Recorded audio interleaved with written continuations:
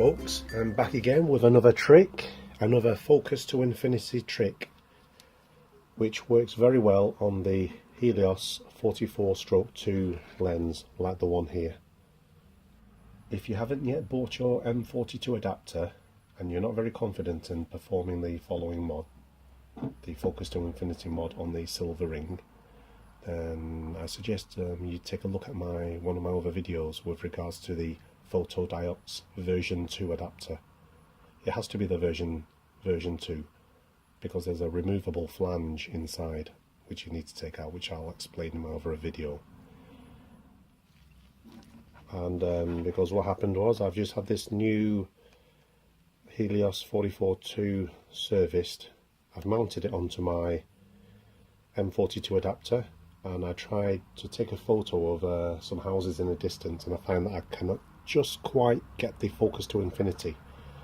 So one of my other hacks was from another video in my gallery, which you can see with regards to the fotodiox version 2 adapter. But on this one I'll show you another method which seems to have worked very well. So this is the M42 mount. Right. Before I did the mod, the aperture values were in the same position as the top here, you know, these little markers, aperture markers. So after I've done the mod and put everything, assembled everything together, it is now on the bottom underneath, which means we have success. So when you try this at the beginning, at first, don't overdo too much. Take it a little bit at a time, little bits. So what you do is these two rings, hold them at the same time, and then grip the other end and turn. And as you can see, this releases this section of the lens.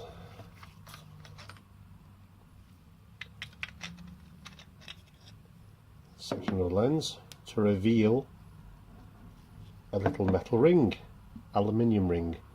This was originally 2 millimeters thick, and what I did was I got a grinding stone, you know, from a kitchen. Just used a fine side, so I just want to keep everything nice and fine, and I just ran a little water over the stone, and holding it like this, I rubbed it up and down evenly, every now and again checking for the thickness, because you don't want to have it too thin on one side and too thick on the other. So after doing it about 50 times, I felt that it was time to assemble it together and give it a test. So put this back on there, thread the lens through, find the ideal seat position, and screw it all back together.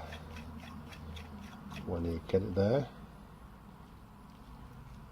hold on to the two sections, the two rings, just give a nice gentle even pressure, not too hard, just be gentle.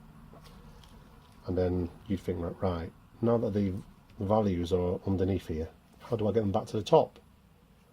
Well, on this midsection of the barrel there are 3 mini grub screws. Just loosen each of these and twist this collar around until it mates up with the aperture values on this side, and then leave a little gap.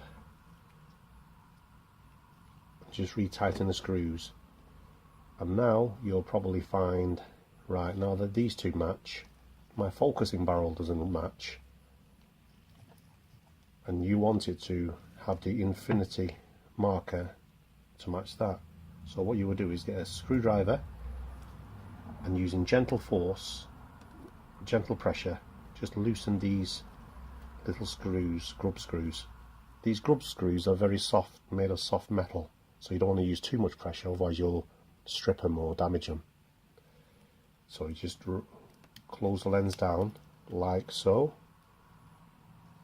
loosen the screws, line up the marker with like a figure of 8 symbol logo, and what I usually do is hold them in such a way like this, revealing the screws on each end, and just gently tighten each one at a bit at a time, because if you don't tighten them evenly, you'll find that the tolerances and the gaps here will be, one side will be wider, one side will be tight, and then when you try to turn the focusing barrel, the metal will scrape along one of the edges, so you don't want to do that. And that's my little video for today. I hope that's been useful for you. If you have any queries, don't hesitate to message me. I will reply back ASAP. Thank you very much. Thank you.